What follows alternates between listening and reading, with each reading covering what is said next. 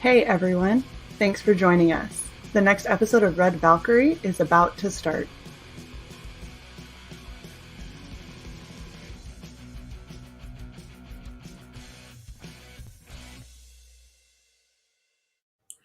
Hello and welcome to another episode of Red Valkyrie. I'm your host, Shae the Red, and I'm here with the very talented Richard Embree. How are you doing, sir? I'm doing great. Just enjoying my Friday and Try not to melt. Yeah, I mean it's gonna be like we were talking. It's gonna be hot this weekend. I was actually planning on doing a 12-hour stream, and then I was like, you know what? Let's make it a 6-hour stream, and then I was like, you know what? Just let's make it another weekend because it's like I was like, I can't afford to buy a new mixer. I can't afford to buy a new laptop. I need these tools to well, maybe not the mixer, but I at least need the laptop to get this project out. So it's it's too much of a risk. So I'm gonna try to use this not try to avoid using electronics except for the air conditioner and just try to chill this weekend and survive. Totally fair. That's the thing that's really worrying me is I'm working on flats for two different projects, and while I'm sitting here and I'm flatting in bed, I got my legs up for like a little makeshift table, and I start flatting, and I was like, why does my Surface Pro feel so fucking hot? And I was like, oh no, don't die on me. Like, I have two projects I'm trying to help get out, and I am not nowhere near as good if I have to do this on the computer. I can manage. It's just gonna down. Like, I don't have a good mouse for that, so I feel you. Do whatever you have to save the electronics, right? Yeah, we got to keep this work flowing. So exactly. And could you imagine if they're like, well, we were on time and then Shae fucked us on the flats? And like, I'm so sorry. I tried so hard. I mean, I need this to print the labels for the packages. I need, to keep streaming and yeah. So yeah, no, you yeah.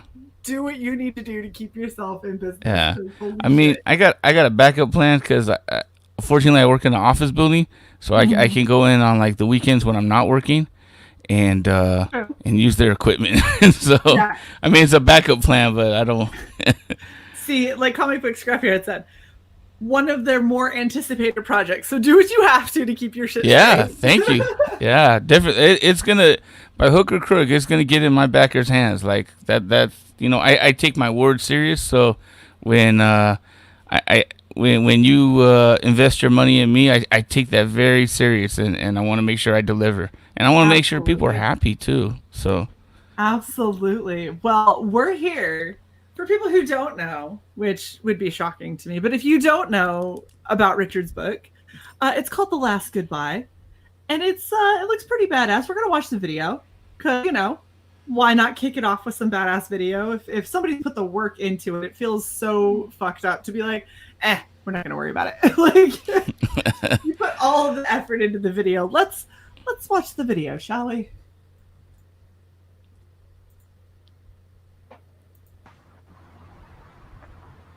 I was never one for goodbyes. Why waste your breath? The ones that love you, the ones that hate you, you'll see them all again. The same lousy people, they're always there.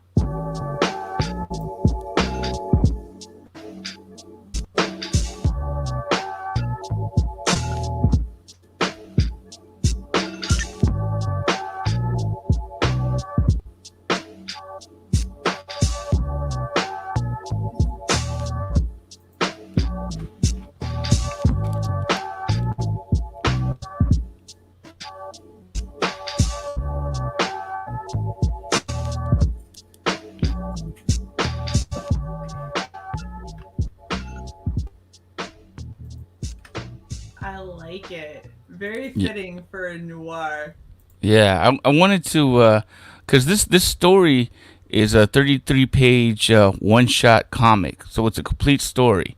So when I was editing the video, I was like, okay, I can only show so much, but I needed to show enough to sell the project. And this project, I'm not gonna lie, it's been kind of hard to sell because I need to keep a lot of things hidden so you can enjoy it while you're reading it. Yeah. Because it's so I can't be like, oh well, this happens and this happens because it happens fast. But that's Mhm. the part of reading it and enjoying it. So, Right. but I'll tell you this: after you read it, you go back, look at the videos, you go back, look at different trailers. You're like, oh, I see exactly what he was talking about. I see, it's all gonna make sense after you're done reading it and enjoy it. Right. So, Well, and I think one of the problems that a lot of people have when it comes to, because there's not a whole lot that you get to see on your campaign as far as this book goes. You get to mhm, see both of the beautiful covers. yeah, You get a little bit of the interior, yeah, and then that's pretty much it. Then it's okay. Here's the campaign extras. Here's a 5-page digital. Like that's cool. Here's the team progress, and yeah, that's it. yeah, And I think a lot of people are like, well, how do I know it's going to be good? It's like, okay, well, first off, for a one shot, especially a 33-page one shot, seeing two, three, 4 pages of interior, I feel like is enough. yeah, Especially because I don't want anything ruined. And when you're talking crime noir, usually this kind of stuff hits really, really fast. Just like you're saying, where it gets really like it yeah, slow rolls in the beginning and then it picks up speed. And when it picks up speed, it's like a runaway freight train and there's nothing you can do. So I like the fact that you're not ruining that kind of progression. I personally, I would like to see more art, but that's because I'm greedy like that. Um, yeah. but I understand the mentality of not showing anything else. Like that makes sense to me, you know? Yeah, it's like it's almost like knowing all your Christmas presents, knowing everything you got for Christmas, and then just the action of opening it, but instead of the surprise of it. And Right. like I said, once I think this book will probably sell more after people read it and they enjoy Mhm. it, and they're like, "Oh, I see exactly what he was doing." The video, it makes sense. Everything makes sense, Right. and then it's gonna when even when you so the words that and that's me doing it, trying to sound like cool, but because I didn't want to hire a voice actor, I was just like, Right. let me try to pull this off, and I'm like, it works, So that is actually the dialogue from the first page, and when after you finish the book and you go back to see the trailer, you're gonna be Mhm. like, oh, he was telling us all along. it's Right. yeah, it's like I'm already telling you what's yeah, I'm already it's weird. Like I said, it's hard to sell. Like I just have to go off of this is what it looks like. Just enjoy it, and we'll just go from there. And it's Yeah. just putting in the work and meeting people and providing that good customer service. Starting up my own YouTube channel, having trying to create a platform with myself while creating a platform for other people. It's Mhm. just that's been an amazing and a fun task all in itself. So it's this campaign is great. It's taught me a lot. It's gained me a lot of new friends, and Yeah. it's just awesome. I love the whole CG community. Uh, It's a pretty so cool one. That's for sure. yeah, I'm grateful for them because they make it so I get to do stuff like this and I get to talk to cool people. yeah, Um, and everyone's and helping each other. Well, everyone yeah, that's in it for the right reasons are helping each other. And if you're absolutely. not, you kind of expose yourself. You kind of play your card, and then people will just, they're not, they just won't mess with you if you're not trying to help yourself and help others. That's really how it goes. Yeah, well, and I always kind of look at it as, I'm building something, and Sai and I had this big conversation when it came to how Red Valkyrie was going to go down because Red Valkyrie started as something else, and we had to modify it because of what the need and the desire out there did not Hmm. match what we were trying to do initially. And so we kind of modified our game plan a little bit, and we said, what's the more important thing to us? And we decided the most important thing was doing what we could to try and help improve other people's campaigns, to help make other people more successful. And then if we end up doing something later on down the road that's, Cy's project, my project, or our project, then yay, that's awesome. Yeah. We can learn and we can help and grow, and then hopefully we'll have enough of a following when we finally do something. But the main goal was to be that voice, because this is something I love doing. This is something Cy loves doing. We're both good at it. Yeah, And definitely. being able to do that for people who maybe aren't as good at it or aren't comfortable being on camera, don't want to put the work into a YouTube channel, because holy shit, is it so much work. It is so definitely. much work.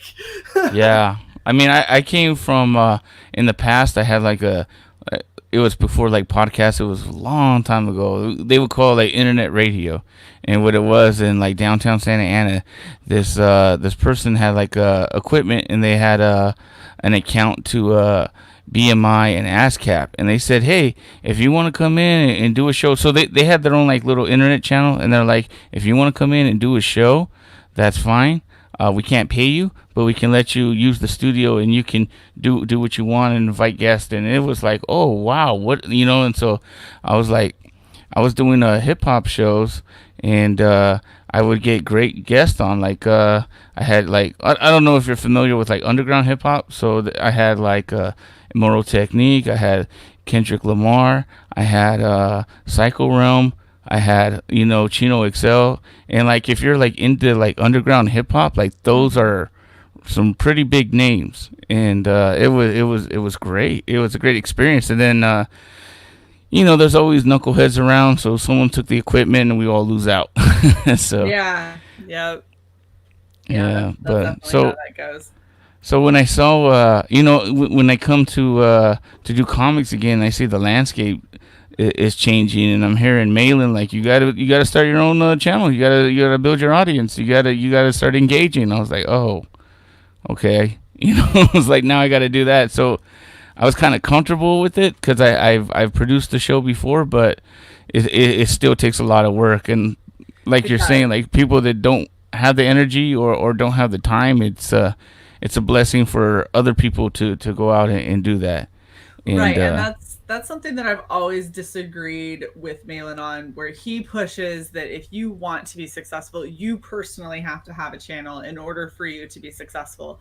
yeah, And I'm sitting here monetized, and I'm willing to say that it's complete and utter bullshit, because if all I ever did when I finally have a campaign is talk on my channel about my campaign, not only am I barely hitting the people that I actually have sub to me, because you might, if you're lucky, you might get a tenth of your sub count that actually watches your videos on the regular, hmm, right? So for every 1,000, you have 100 people. That's it. Now, out of yeah, those 100 people, how many of them are honestly going to back? How many of them are going to keep watching if all I ever do is talk about my project? They're going to eventually stop paying attention, stop watching my channel, and I lose yeah, out on because it's the same monetization. song. Yeah, Exactly. yeah, Exactly. And so I don't think that it's a matter of you having to have a YouTube channel. Do you have to build an audience? Absolutely. You absolutely have to build an audience. But the best way for you to do that is to go on various channels that have different audiences, different hmm, interests, different feelings and flavors. And, be yourself. Just be yeah, who you are, and go on to all of these different places. And that's how you build a following. When people get to know you and they get to yeah. love you and see what it is that you're putting out, then they get excited by you, and then they want to know what you're doing. Yeah, and That so like the and I totally agree with what you're saying, and but I think there's two kinds of creators. There's new creators that are coming to CG like me. So I was like, you know what? The quickest way for me to meet everyone is to just produce a show and invite everyone to my show, and Yep. then it's almost like, hey, Richard, come on my show, or and all that, and that was like that's beautiful networking, Oh because yeah. the other people that have been around, they've been in the chat, and then they're like, they've been with CG for like 2 years or 3 years, and they're like, hey, I'm doing a project. Oh man, you're finally doing a project, or I didn't Right. even know you were a writer. That's cool. And then they already have those that networking and those connections already in place. So Exactly. I was like, man, I it was weird. I was totally off on the numbers. So I had a mailing list, and I learned so much. Like I said, I had a mailing list, and I was like, oh, I got like 30 people. This is cool. Let's launch it. And Yeah. so it was. Yeah, I learned so much. So next time, I'm definitely gonna, build up the mailing list. I'm definitely gonna keep streaming, keep networking. Mhm. Uh, you know, so Yeah, and that's the biggest thing is it's networking. There's no one right way to network. There really isn't. Now, I understand for Malin making his show, making his YouTube channel, that was the best way for Malin to network. Good. oh yeah, Fantastic. Worked yeah. wonderful for him. Is not going to work for everyone. Just like Justin said, he doesn't have a channel, but he has almost 8K for his book. Justin, I see him on more shows than anyone. So even Justin Justin makes doesn't the need to have. rounds. Justin's likable, so Yeah. he's. It's like who wouldn't want Justin on their show, you know? Well, and the Even important if he's thing is sleeping like he did on my show last night, he's still likable. We big screen him, and he's Piper 2.0. But that's all great. That's well, great. that's the funny thing though is if you say Justin Dutton, people go, oh, "That's the guy with that bear book, right?" And it's got the jacked up bear with the ones coming out Yeah, the back. Like everyone knows Justin's project, yeah, even if they don't know the title, even if they don't necessarily know what it's all about. They know that it's a book. There are teddy bears that fight. There's a mean teddy bear that looks really sick and badass, and the darkness has eyeballs. Like yeah, they yeah. It's know because that Justin means and his Justin project. did his job. Like Mhm. he needs to sell a comic book, and he did his job, and that's my hat's off to him. That's why I was like, Yeah. hey, man. And he just hustles. Like Yeah. he you could you're look at the shots fired. He Uh, says it was a slow blink, not sleep. yeah, yeah. See, that's why he sells good comics because he never admits when he's wrong. And then he kindly bullshits you without being insulting. So there was no conflict. He's like, no, Richard, it was a slow blink. See that's very Diplomatic. that's why he has 7 grand in his Indiegogo. Right. So Exactly. Well, you are sitting here, so you still have 12 days left. Is this your first 30 or your second? no, this is the second. Okay. And are you going to Yeah, stay in demand after this since you hit one? yeah. I did some overprinting, and I'll just keep it in demand until those sell out, basically. Awesome. So Awesome. Awesome. everyone that backed it, I did overprinting on both. So basically, I just want a hassle free. Uh, Whatever. If the comic comes in bad condition due to the mailman, just send me a picture. Let me fix it. Like I don't. You can DM me. Whatever. It's gonna get fixed. I just So after I make sure everyone's happy, everyone got their book, then I'll find out how many's left for on demand and just sell the standard cover because I printed very little of the variant cover because I want that just for my backers. Like that's just for this campaign. After I Yeah. mean I'll still sell the book. It'll this will be like the first, like if you buy even the standard cover, I might reprint that, but it won't be the same book. I'm gonna put because it's 33 pages. There's 3 pages left over for different ads, so those pages will definitely be different. So Hmm. people will know that this is the first printing and of both these books, and that's that's what you have. That's awesome. I want to make sure my backers know that they're buying a collectible, they're buying the rarity, they're investing in me, they're helping jumpstart my company. So I want to make sure that they get premium product and everyone's happy. And then after on demand is done.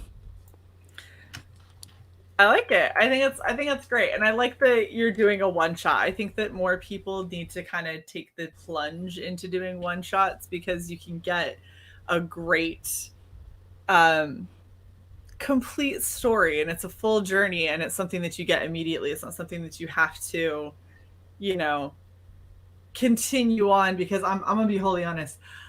I'm flighty as fuck. I forget that I've got shit or that somebody has a new campaign coming out sometimes, and Hmm. all of a sudden I'm like, ah, motherfuck, I missed it. And so now it's like, oh, I got 1, 2, and 4. I'm like, well, Oh yeah, shit. And I gotta like DM people and be like, hey, is there a chance I could buy the third one? I missed that. I'm so sorry. You know what I mean? Like, yeah. and so I like it when people are like, oh yeah, we're doing a collected edition. We're doing a one. We're doing like, this is the whole story right now. And it's like, okay, sweet. So I know that I can't fuck it up because it's all right here. So I just got to back this and then I have it all. Yeah. I think moving forward, my whole thing, because my next project is going to be like a 60-page graphic novel, and that's going to be a complete story as well. So I think my model, for at least for me, will be the complete story. Now, will I revisit a universe that I have like for this next one? Will I revisit that universe in a later time? Maybe, but I get I get bored easily. So if I'm Yeah. doing if I'm doing a certain comic, and then I don't want to write another 60 pages and have all the art come in and have get it lettered, and it's just Yeah. I get bored easily. I want to do something different. Like I want to do a western. I want to do a sci-fi. I Right. want to do uh, a crime in the inner city in the 80s during Christmas time. Like that's what I want to do. Like that. Like I'm like, oh my god, that would be so amazing, And I think you're a lot like me, where I there's two big problems that I have with me doing a continuous story. And one of it is mhm, I get bored easy. I have a lot of interest in a lot of different things that I want to kind of go and see through. And two, it's also really kind of stressful when you start something and people start expecting it to get big and grander with yeah, each issue, yeah, and you're like, oh gosh, like I don't know if I'm that good of a writer. Like I could tell a great story combined all right now, but if I do that and then they go, so when's the sequel coming out, and you go, oh fuck, like there yeah, wasn't gonna be one, but I guess I'll figure it out, and it becomes kind of overwhelming. Like the horror anthology that I started was supposed to actually just be a found journal horror book. I wrote one entry, one page, and 11 and a half months later, I wrote a second page. And then 6 months later, I read it and went, okay, I really need to make this just a short. And so there's less pressure, and it'll just be a one off, and it'll just be a whatever. And if people like it, then maybe I'll look into, okay, let me try and flesh it out, make it something more. But until that happens, it's just gonna be this. It's gonna yeah. be small, because otherwise I'm gonna fuck my brain up. And I because I wrote one page and I loved it. I loved what I wrote, and then I went, I'm never gonna write anything that good again. It's so I didn't write for almost a Well, year. the thing too is like how I figure. I mean, how I kind of like figure it out or figure it to be is like you only have so much fuel in the tank, and so you're writing this story, and you use all your fuel on that, and then you're like, okay, that was great, and what's next? And then the fuel isn't really there for that story to continue because Right. it's just but like say you did a horror story and then you're like, oh man, this is great. I was really inspired and it came out, and then it's like, okay, campaign's done. What are we doing next? I don't really want to do a horror again. I want to do a sci-fi, and my tank is full to write sci-fi, but it's not. It's empty for horror. So it's Right. like, I will probably get a better story writing what I want to write instead of being forced into continuing this kind of story. Now, Exactly.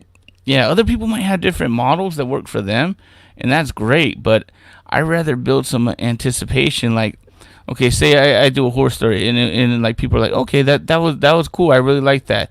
And then I did a sci-fi, and they're like, okay, that's cool.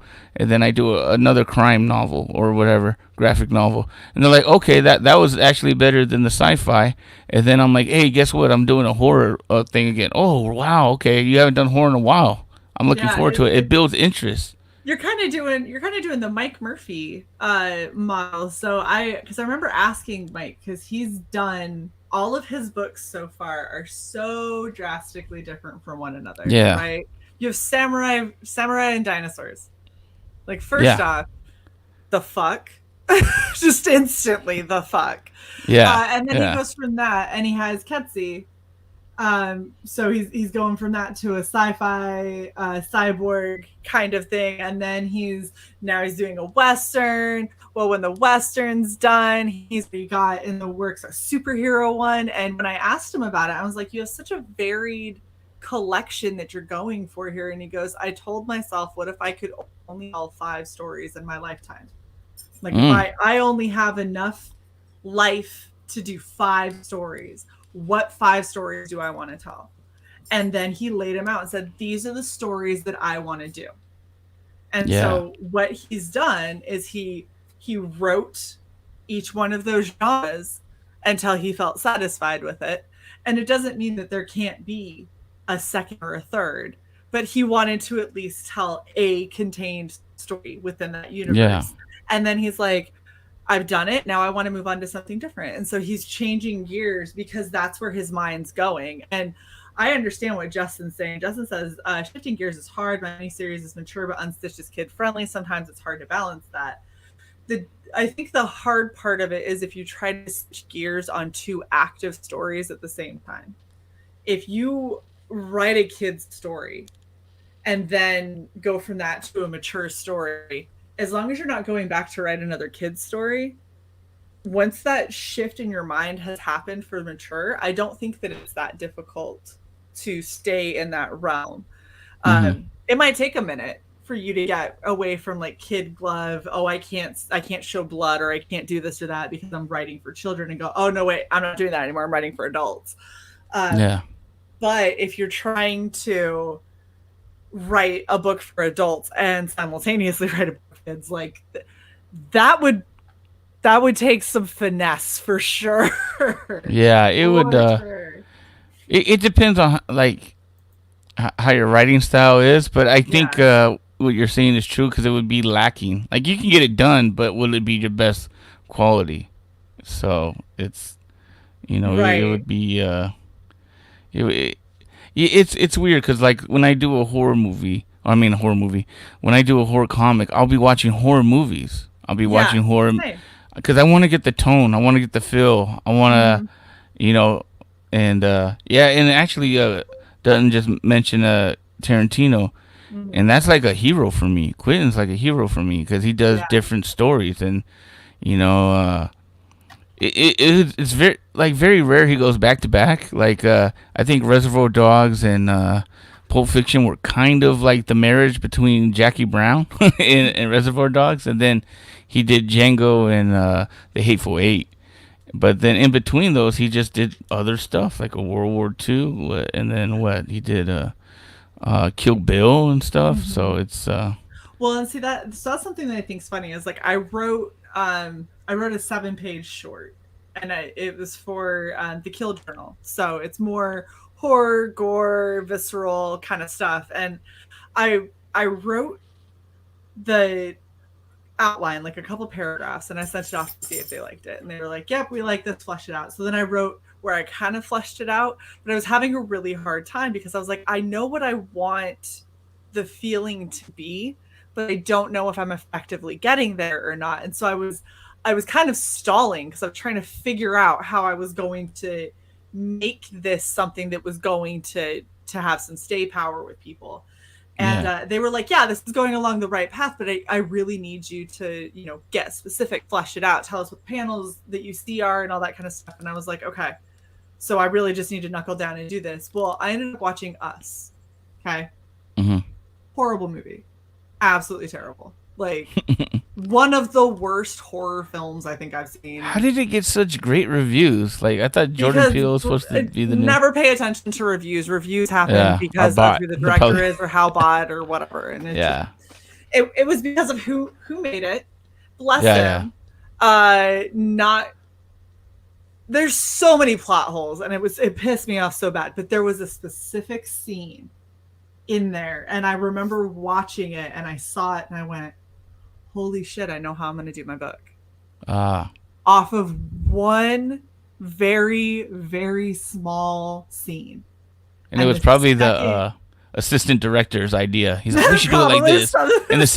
And the cinematographer, Jordan Peele, was just like, fucking really do it, cool run if it, you run did it. This. And they were like, yeah, that sounds good. You're interrupting my fucking coffee.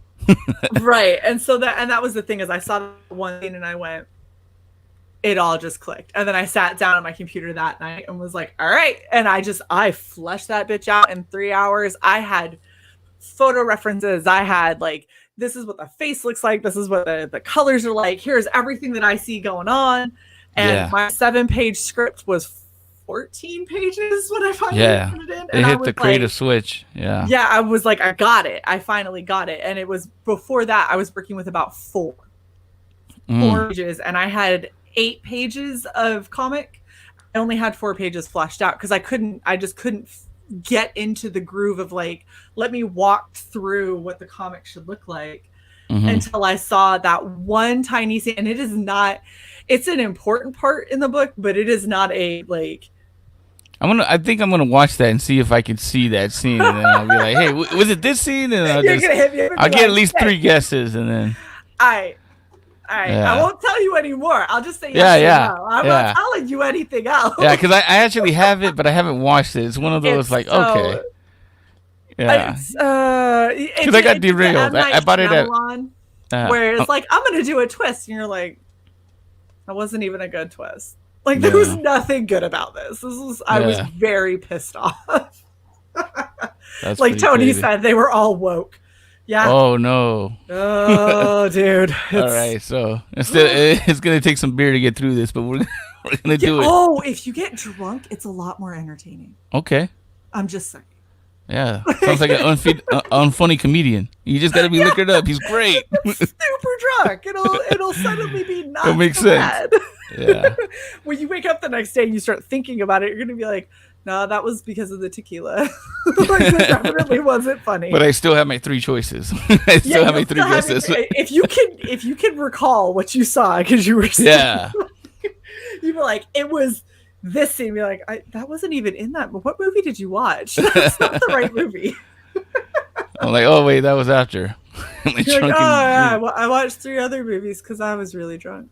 Yeah, like my last project I was writing, I actually it's like a timepiece in the medieval times, and I would have Netflix going and have the TV on mute, but I would have just what the time in that time era, shows in that era, and I just have it on mute, and I'm just looking at it visually as I'm writing it to just keep me in that zone, just keep me in that era. And just, it was cool because I was just like, oh, you know what, this guy's doing this with a horse and this and that, like I could use that because look at what he's doing when he gets off the path and does this, and it just added more I don't know, it was fun. Like when I was writing The Last Goodbye, I wanted to get people to care for these characters, and I was like, "Fuck, I got like 33 pages to do it. So let me try to get you to actually care, because I forgot who was saying it. It's like, if you don't care for the characters, what's the point of watching the end of the movie? Just walk out of the theater. Exactly. Like you only got a certain amount of time to get these people to care. Like, so I want you, like, some kind of investment into these characters. Now, do you have to love them and have posters on the walls and action figures of them? No, because it's like a one shot. But I want you to care about them enough to care what happens at the end, and to finish the book. So you just answered. I'm sorry for my dog. She's getting into all of the things because she's an ass. You did just answer Past Master Dan's question of, is this the one shot or continuing storyline? So this is a one shot. And Jason had another question that I think is really kind of leading into what you started to touch on. So what was your inspiration to write The Last Goodbye? It wasn't a film. It was just my inspiration was like, priority was like, I wanted to tell a complete story, and I wanted you to care about the characters. So then I'm looking for tone. So the tone was like, I wanted it to be kind of like in the 80s era, but not like overdo it. So it was like it was supposed to be in the 80s era, but it kind of comes off as just it could be like 80s 90s, I guess. And I don't know, I wanted an ending where you felt satisfied. That was the main goal. So any movie that I saw that, like, after watching it you felt satisfied, you felt that you weren't cheated, and that's what I was going for. I was going more for a feeling than to emulate any type of film or comic. I want you to feel a certain way at the end of this book. That's I'm sounding way too soy. No. So here's the thing. Here's the difference, right? You're trying to impart whatever emotional attachment that you have to this storyline, whatever it put you through when you created it. That's what you're trying to impart on somebody else. Soy would be, you're a bigot if you don't feel that way, because there are people who are not going to feel. So it's going to be going to work. Yeah, it's going to be hit or miss. Some people are going to like it more than others. I did release it back in 2014, but it was in black and white. I did a lettering. It was another learning experience, as I like to put it. And so when so I was working on this. How the Last Goodbye came about too is I was working on this project. COVID hit. The artist was having trouble getting supplies, and I was like, I want to have 2 projects come out this year. And so I was like, you know what, I can do Last Goodbye first, and by the time Last Goodbye is funded or done or whatever, the campaign's done, then I'll have this other project ready to go. And so I was like, you know what, I felt more comfortable doing Indiegogo, knowing that I had the artwork already ready. Right. And so I was like, you know what, so what would dazzle it up? Because I'm looking at CG, I'm like, damn, these projects look great. So I was like, what can I do to make this look better? And I went out and got a colorist, and I was like, okay, cool. Yeah. And it's been and even then COVID was kind of put a slow pace on it, because I thought it would get colored a lot faster. But right now we're at like only, I think I want to say like 6 pages away from being done, completely done. Look at you. That's and awesome. And then because I don't want the pressure of people looking at their watch and like, hey, Richard, when am I going to get my thing? And I'm like, well, I'm waiting on the artist. Right. Yeah, I don't like having people's money and I'm waiting on other people. I don't. It's just uncomfortable for me. So I want to make sure. I totally get that. That's so when I finally do my books will be completed before I ever have an Indiegogo, and I'll work on a reimbursement. And it's so fun. It's so fun that way. It's purely because there's 2 big reasons, and one of them is I know that I can procrastinate the hell out of some shit. And so if I have to front the money beforehand, the likelihood that I'm going to let something go off and sit on a back burner and never get made is going to be a lot less, because I have a financial stake in it. Yeah. And being able to launch an Indiegogo and tell people flat out, like, it's ready to go to print. I am ready to go to print, because I didn't want the pressure of, if we end up making it and now, oh shit, I've got to try and scramble to get everything done. I want people to know, like, it's done, it's good. I know that sometimes I can get lost in my own head and get flighty, and I've got a lot of shit on my plate at any given time. So I want to make sure everything's ready to go before I ever launch an Indiegogo. Yeah. But that's knowing me as a person, knowing the kind of person I am. Yeah. That would give me a warm fuzzy to have. There are other people that can sit here and go, we got 6 pages done, we're going to launch. And I'm like, dude, more power to you. Like, I know some of y'all can get it done. And I know, there's certain people that we've had on this show who are like, so the delivery date is 2022. And they're like, I'm being very upfront about it, because the girl that I'm talking about, she goes by Planty on Twitter. Her artwork is gorgeous and painted. Every single bit of it is painted. So it takes honesty is great. Honesty is great, because that's, what you're getting into. I think, like I always say, entertainment, it needs to be a fun purchase. It needs to be enjoyable, and the less stress that comes with it, people will come back. That's why with this project, if it's damaged or anything, hit me up on a DM. Yeah. And just say, hey man, look it, show me a picture. Boom, I'll send you another one. Yeah. It's what I rather lose $3 to keep you as a customer because I care. Right. You know, and if I think that's how you build relationships with customers too. And the fact that it's a floppy, okay, cool. You know, I lose a floppy. I lose $3 shipping. You know, this is something that I think is interesting that Tony said. And so here is my question to all of you guys back there, because he says, Red Valkyrie, I hear what you're saying. I don't like waiting years, but I do sort of like being a part of the developmental process. When it's already done, I feel a bit cheated. I understand that. I absolutely can understand that, because you want to feel like you're backing something that, if it weren't for you, would never come to fruition. Well, first off, that is still true, because printing, that's very shipping, insightful. I never thought of that. Thank you for sharing that. It's a very different mentality to think about. So my question is, if I have a book that is drawn, colored, and lettered, but I'm not going to print yet, the paper quality and everything, if it's UV, if it's foil, whatever covers isn't done yet, if I'm still working on and maybe getting artists for alternate covers, is that enough for you to still feel like you're a part of the process? Or does that feel like cheap little throwaway add-ons? Because to me, I can have all of the files for an entire book sitting on the computer. It means absolutely nothing if I can't put it to print. Yeah. So they're just files that will sit on a computer forever.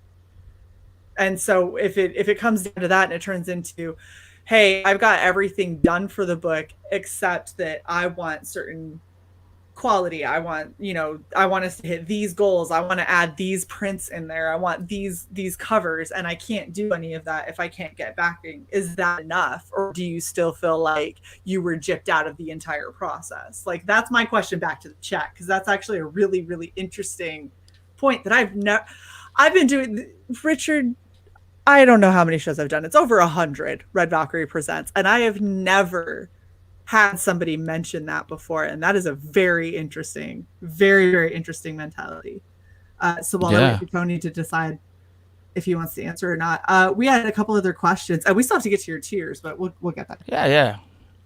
Froggy G says, what kind of a tree would you want to be asking for a friend? I wonder who that could possibly be that we're asking for.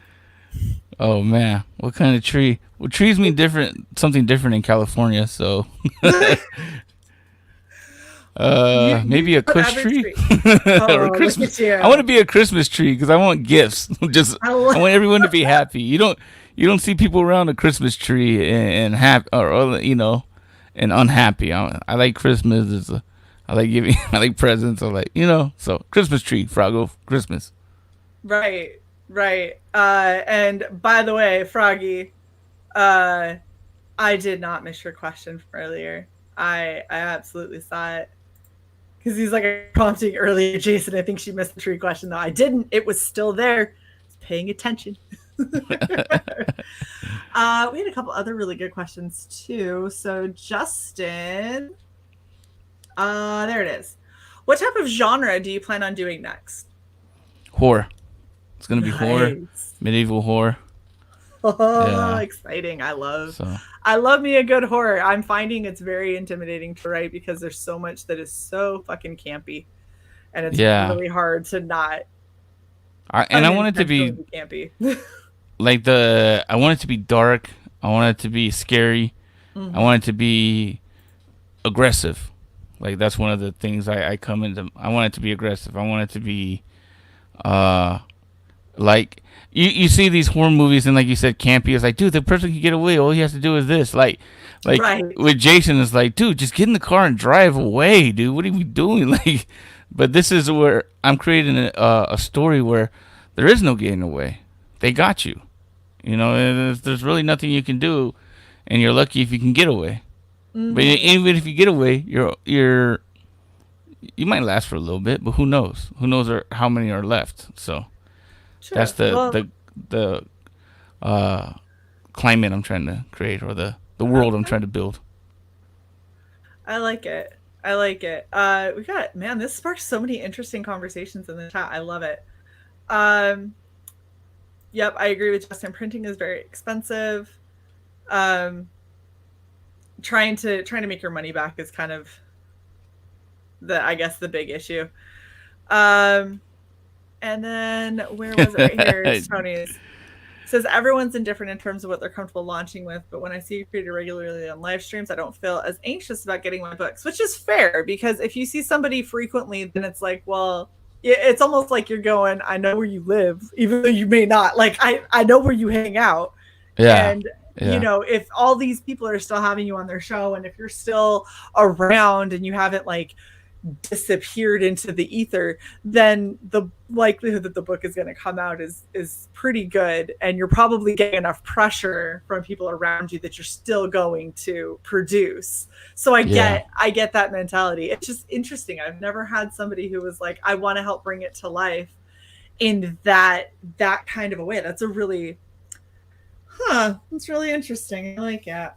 Yeah, with me, there's campaign RIchard, and then there's non-campaign RIchard. So non-campaign RIchard, I'll probably I'm gonna play my part in providing a platform for people to show their stuff.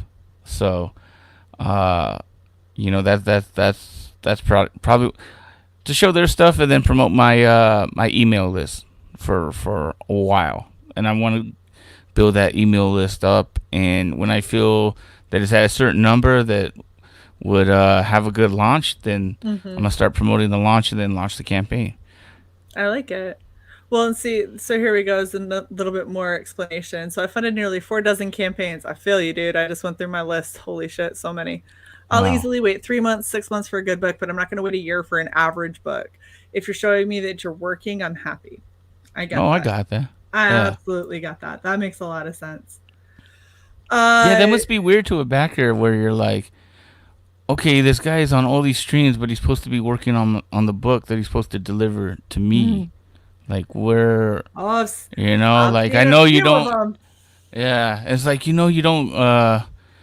But it's different. It's like, are you the artist or are you the writer? See, I'm not the artist. I'm just the writer, so I can do it to where guys are drawing their books. It's a different thing. Like, I'm promoting for all of us, for the colorist, for the artist. Right, and that's usually what ends up happening, especially in Red Valkyrie Presents. We usually end up getting the writers, because the writers have done their part of the project, and they're the ones that are free.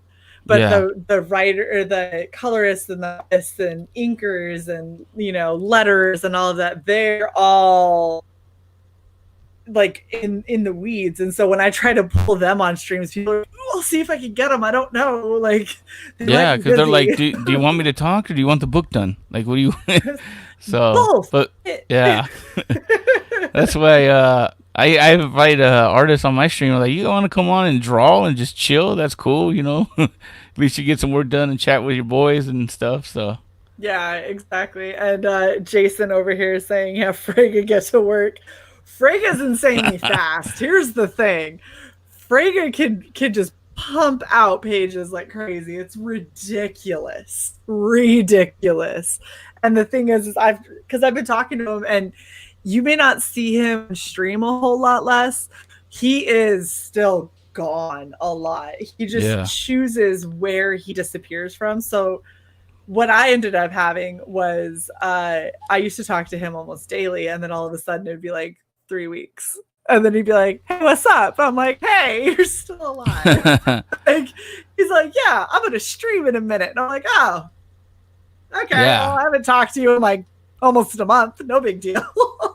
Frankie got so much positive things going on that he is a powerhouse. It's amazing. Yeah, so it's great, you know. I mean, and Wolverine, he's going live. He's supposed to be going live 15 after, according to his YouTube. So. Oh, okay. We'll try to catch him in a minute for sure. Yeah. But before we do that, dude, we should probably go over your tiers, which is you might be the longest I've gone without covering tiers. Yeah, well, I just like, you know, I mean, you're a creator, I'm a creator, so it's you know, this is what we do. We talk about stuff and the craft and the love of it, and CG and We had awesome questions, and I love it. I mean, I'm learning. You know, that question was That was a good great. That's great question. insight. Damn, Tony, thank you for that. You blew all of our Yeah. minds. That was great. All right, so let's hit these tiers so people know how they can back you because you got some real shit. Yeah. So this is the covers and shirt tier. So basically, you're getting the standard cover, the variant cover, the shirt, and the stickers, all for $40. It's pretty much the same as the early bird combo, but I only had 25 of the early bird combos available. I wanted to get off to a good jump start, and those actually sold out. Okay, nice. And And then I gotta say, doing $40 with 2 variant covers and a T-shirt plus stickers—that's probably the cheapest I've seen a T-shirt tier. I have I'm sponsored by a t-shirt company called Bow Down Clothing, so Uh, I'm able to. Well, they're my buddies, so they've always made my shirts whenever I do conventions or stuff. Before I used to print up comics like 50, 75, go to the buy a table at WonderCon, get shirts and you know and just sell comics that way. So now this whole like the whole frontier changed, but you know they're still my buddies. They're still down to sponsor me, and oh it's yeah, great. You know, you and I have to so talk after this. yeah. But I'm gonna tell you right now, it's hard because the whole COVID thing. So what happened with shirts? It's hard to get shirts Yeah, because they come from China. And so what happened is Mexico's like, okay, cool, we'll buy the equipment, we'll start making shirts. Okay, well, where are you gonna get the material from? It still comes from China. So hmm it's a whole weird thing. The economy's weird right now. I was lucky. I actually bought the blank shirts uh, a couple a month ago because he was like, "Hey, I'm at this spot." He calls me when I'm at work. He's like, "Bro, I'm at this spot. Do you want me to pull the trigger on the shirts right now? Because I don't know if I'm gonna have them." I'm like, "Get them, get them." I can't look like an asshole in front of my backers. So, yeah, he was able to get the shirts. So, that's awesome. uh, I really want to work with CG creators, but I want the market to settle out and him to have a steady line of blank shirts so where he can print up because I would hate to have a campaign depending on him to print the shirts and he literally just can't get the shirts. Like he has the Right. workers, he has the equipment, he has the silk screens, everything, but he just can't get the shirts, and Yeah, that would be a disaster. I would hate to be a part of that. that's So frustrating. That would definitely be yeah, frustrating. Well, yeah, we'll have to talk after this to see if we can't maybe. okay, I know there's a difficulty, but we'll see if we can maybe help them out a little bit because it'd be really cool to be able to get them a little bit more work and get yeah. some nice quality shirts in the process. That'd be badass. It's funny because that's actually how I met Dan Frega. Is Nice. he was on he was on Facebook and he's like, I'm having trouble with these shirts. Anyone know how about screen printing? And I messaged him. I'm like, hey, I don't know nothing about shirts, but my friends have been making shirts since '98. You're in Buena Park. They're in Buena Park. I'll shoot you the address. If you want to come down and ask him, he'll be glad to answer any questions. And he's like, okay. And then next thing, 30 minutes later, like Fraga's in the parking lot. Like, hey. And so I introduced him to my friend Jesse, and Jesse found out what his problem was, and like now they still talk. That's So it's awesome. and then that's where I asked Fraga. I was like, hey man, what should I do? Because I was doing shows at WonderCon and this and that, and I was like, what should I do? Should I try to go to like Dark Horse? Should I try to do this? He's like, why? Just stay independent, own your Yeah. stuff, bring out your. And this is back in like 2014, so like Frega's like a hero to me, because I was like, okay, that's great advice, and Yeah. it makes total sense because he's like, they're gonna take this money off of you, and it's your idea, and you're fronting the money for the work, and why? So Yeah. Nah, Frega's good people. yeah, Um. All right. So continue down. So so we got you've this got standard covers. standard, and with shipping in the U.S. is only $5. I'm only charging $5 to ship it. So Damn, that's nice. And and the variant cover is the same price again, $5 to ship. I love this variant cover. This is this is a really cool, very noir, very Yeah. very like artistic cover. Yeah, I it's done love the colors. by Mark Savona, and we worked on a couple of projects prior to this this launch at least. And yeah, I hit him up, and he was like, "Hey, I got some time. You want me to do a variant?" I was like, "Sure." And he's working digital now, so he was just able to just whip this up in like 2 hours, if Oh, that. it's wonderful. I really like it. It's a So really cool, very cool cover, especially for a noir crime. yeah, Especially for a noir crime. because he's like, what should I put on it? And I just like, I want this. This is what I want. And I found a picture of it and the pose, and I gave it to him, and boom, 2 hours later, it's in my email. That's And awesome. he's like, I was at lunch. I just sent it right now. I was like, Oh wait, you probably God. finished it. Yeah, he's one of those guys who can work fast, and he's like, I love working digital because if I make a mistake, I can just wipe it Yeah, off and bring it back, and it's a it's lot quicker to fix. yeah. So, and then we have both covers for $20. So Nice.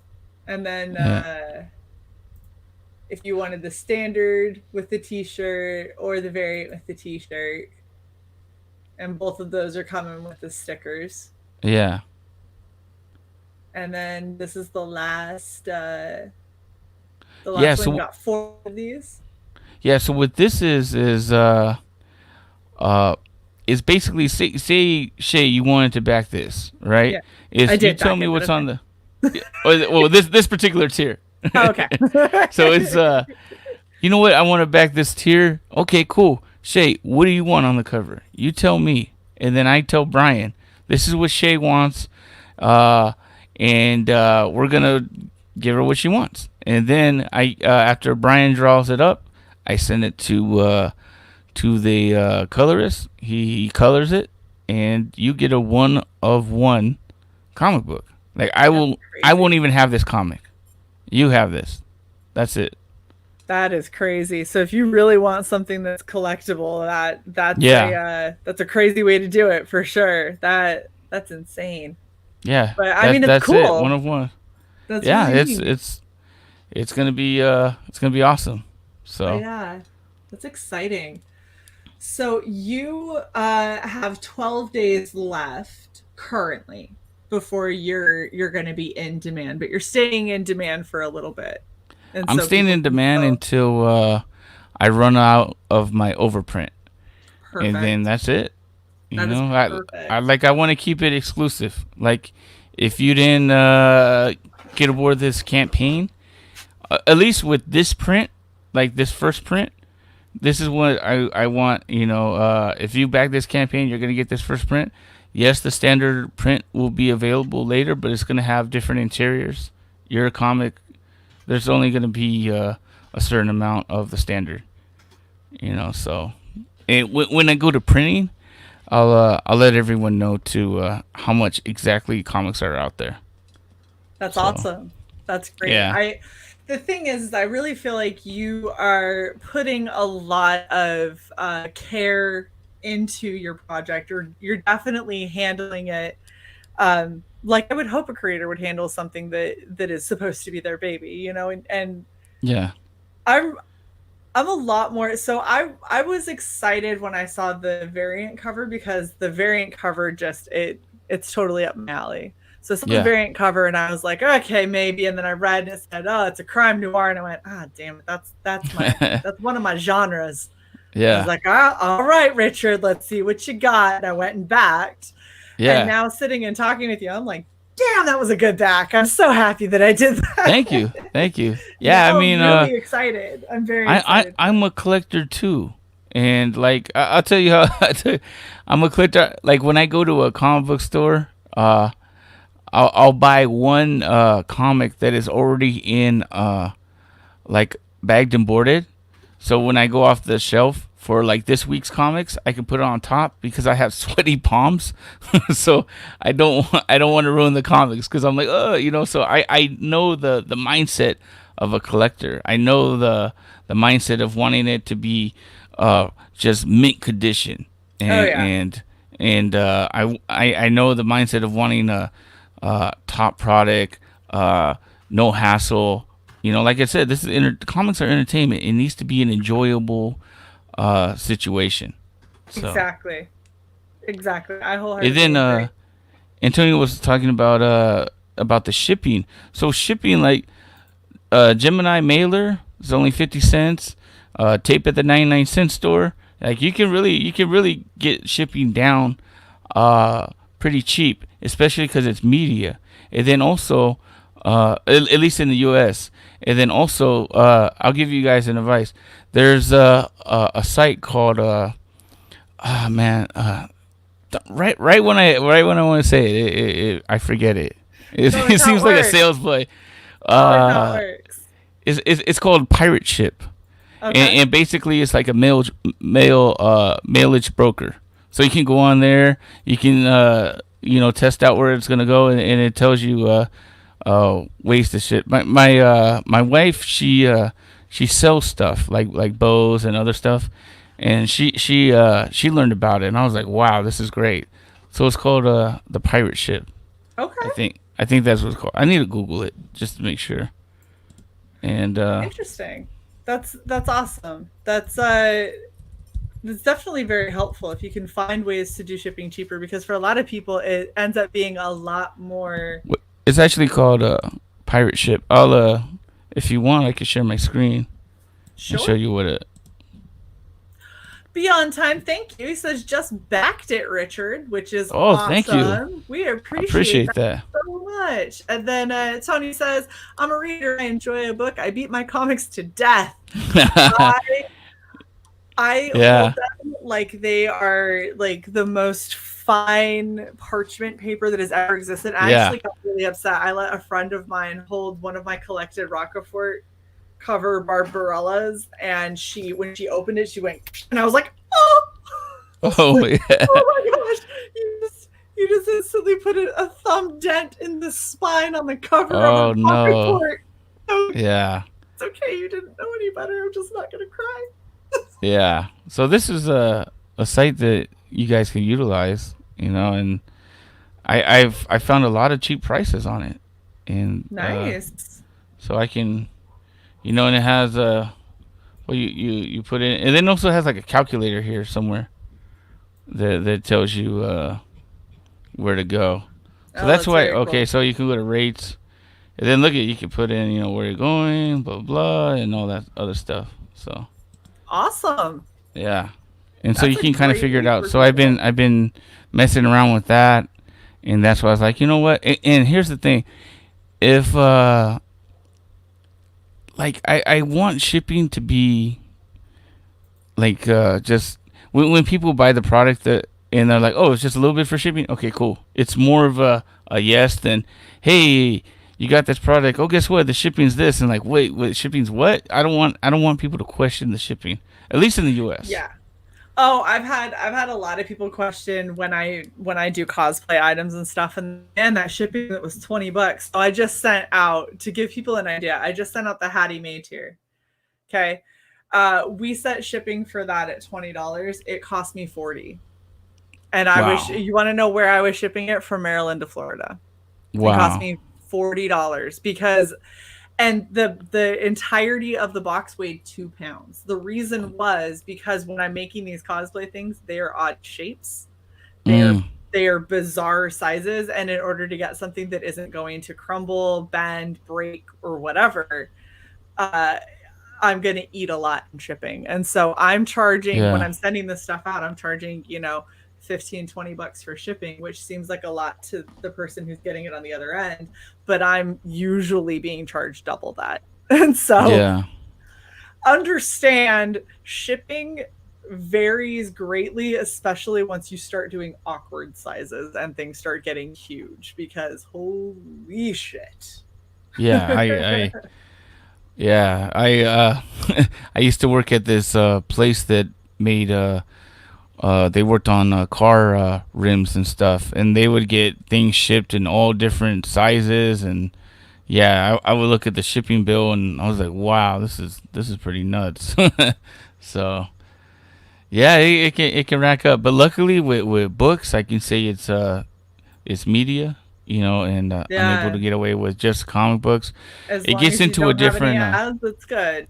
The yeah, second you have ads, you're fucked for media. yeah. But if you don't have ads, which most of these indie comics do not, you can do media mailer, and that makes it a lot cheaper to ship.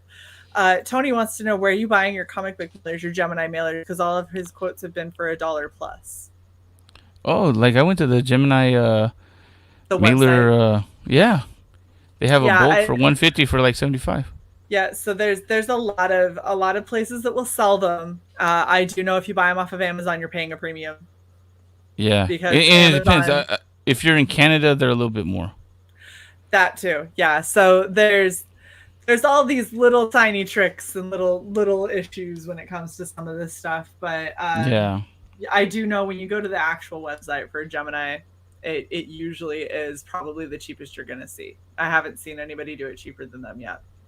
but like you also have to buy 150 of them. Yeah, you do have to buy a substantial amount. So if you're only selling 50 comics and that's all that you have, you're going to end up paying more for your mailers because it's a quantity thing. It's the same thing when you buy patches, t-shirts, when you buy anything, right? When you're buying a product like that, usually bulk gets a discount. So Yeah, so if you're buying like 5 or 10, it might be a little different because it's probably a person like me that bought 150 and it's like, okay, I got them at 50 cents. I'll sell them for 150. Yeah. And then if you want to buy 25, I'll sell them at for $1 a piece. Yeah, shipping, well, and that's the funny thing is like so when we do our giant giveaway next month, I've got a bunch of comics that I'm going to package together and ship out to people. The way that I'm doing that is I back so many projects and so many of them come in Gemini mailers. I'm just being very careful when I open them so I can reuse the Gemini mailers to mail out the new ones. Yeah, I was smart. Like, look, I'd go and buy a bunch of Gemini mailers. Or I could save myself some money because I'm already eating the cost of shipping. I'm eating the cost for some of the artists that I've had commissioned. I'm trying to reimburse people who have shipped me things. Some people are being very wonderful and gracious and not allowing me to. But because I'm already paying for so much, I'm like, nah, I'm just going to do what I can if I have a Gemini mailer that's good enough because I'm not shipping out my project. I'm shipping out other comics that I have in excess. Specifically for this. And yes, ideas. I do recycle Gemini mailers. I absolutely do. If it's going to save me a little bit of money, I absolutely will. Depending on the condition. Like, did they put it... Only ones that are going to be worth sending. Like, I have some where I went to rip off the tape and whoever used it used some real good tapes. When I ripped it, it just ripped all the way down. I went, well, there goes that one. Yeah. Not gonna reuse that one. That's not gonna make it. Yeah, and it's I don't have. I think I have like how many backers do I have now? So it's the shipping. Hold on. We gotta do this right. Let's do this right. Oh, okay. Okay, you ready? Yes. So this is what you were at. You had 60 backers, but when we refresh, you have 62 backers, sir. There it is. Yeah, 2 backers since you've been on with us. That is so badass. You guys are awesome. That's cool. Yeah, thank you very much. That's awesome, man. I just want to, get as many in, and so I know how much to print and print more, of course, and get this in everyone's hands.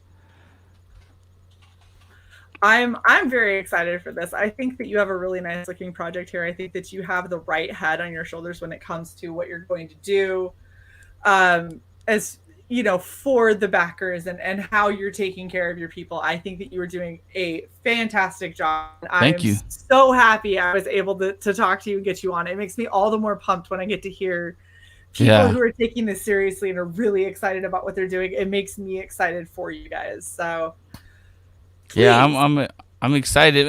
It's like I said, this has been a learning experience, but it's been fun. I've been doing the stream on my channel. We usually do Tuesdays and Thursdays, and it's just been fun. We're just having a good time talking about comics. Getting funded on when I was on stream or being a guest on Rage Golden Eagle's stream was man, that was fun, you know. Oh, And I saw that tweet and I was like, oh, thank goodness. I'm so yeah, happy we it did was it. great and it was like I was like, man, I'm happy. I just want to enjoy this moment, but then I got to talk about the project. But I'm grateful to be on this show. And then after after I'm done and we're like 3 hours in, I'm just like emotionally drained because it's a lot of work. You know, these It guys is. that come out and they get funded, and guys like Dutton, guys like It's a you know hustle. yeah, like Butch Cleaver, you know, going out there and hustling, and Yes. you know, these guys that come on my show, and I'm just like, what are you guys doing? And basically, the bottom common denominators, these guys get up every day and they hustle. They hustle Yep. every day. They're out Yep. there. It's great. That's what you So gotta do. If it's yeah, something that you believe in, it doesn't feel like a hustle. It feels like it's just something fun that you get to do. And yeah, that is why this is something that we've been able to do, and that's why we got monetized in less than a year, is because for me yeah. inside, this is fun. This is what I would much rather spend my time doing. I quit my shitty cleaning job so I Oh could wow, focus more on doing this stuff. So I that's got cool. rid of a standard paycheck that I get every single week so I could sit here and do this more, because this means more to me, and this has a potential to replace in income what I was making there. So I would Yeah, much rather do this kind of stuff, and if I have to pick up odd jobs and the weird commissions here and there uh and huh, whatever I need to do, that's what I'm going to do, because this is better. This is so yeah. much better. It's more fulfilling. Yeah, It and is. I that's the don't want to ultimate goal. frequently beat people's faces in like I did at my other job. Oh wow.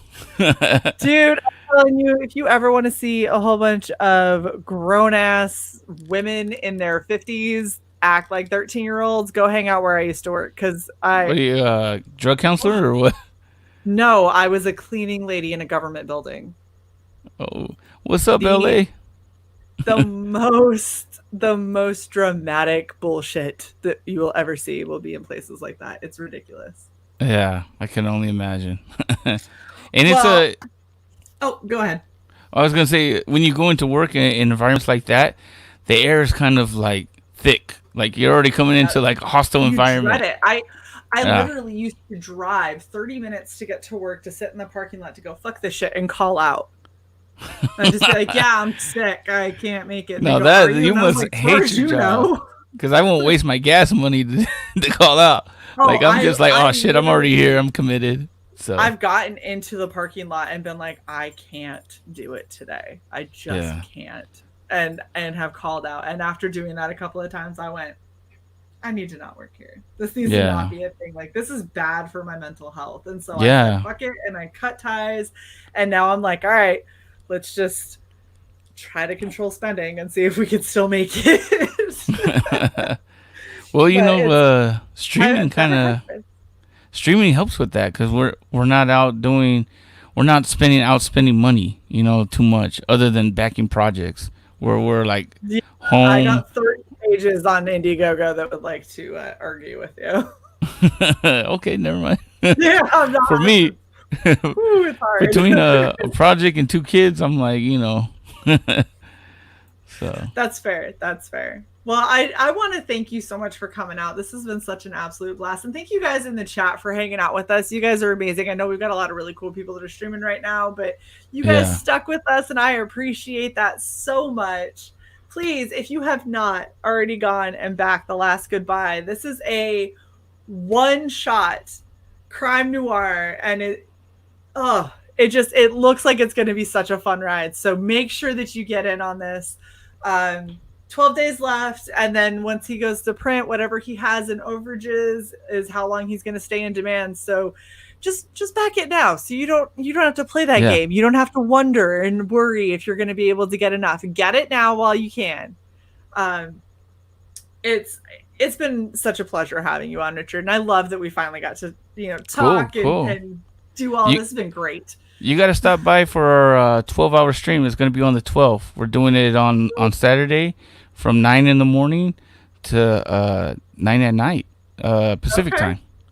So Send me a reminder, in Definitely. DM, and I will pop by, not for 12 hours. Cause Oh, of course not. No, I want it no to just chance be in a hell. hangout spot. That's I'll come I and say hey in between streams, because I got yeah, a couple I of know those you. left. I know you quit the 9 to 5, but I don't need that. Like, that's too big of it.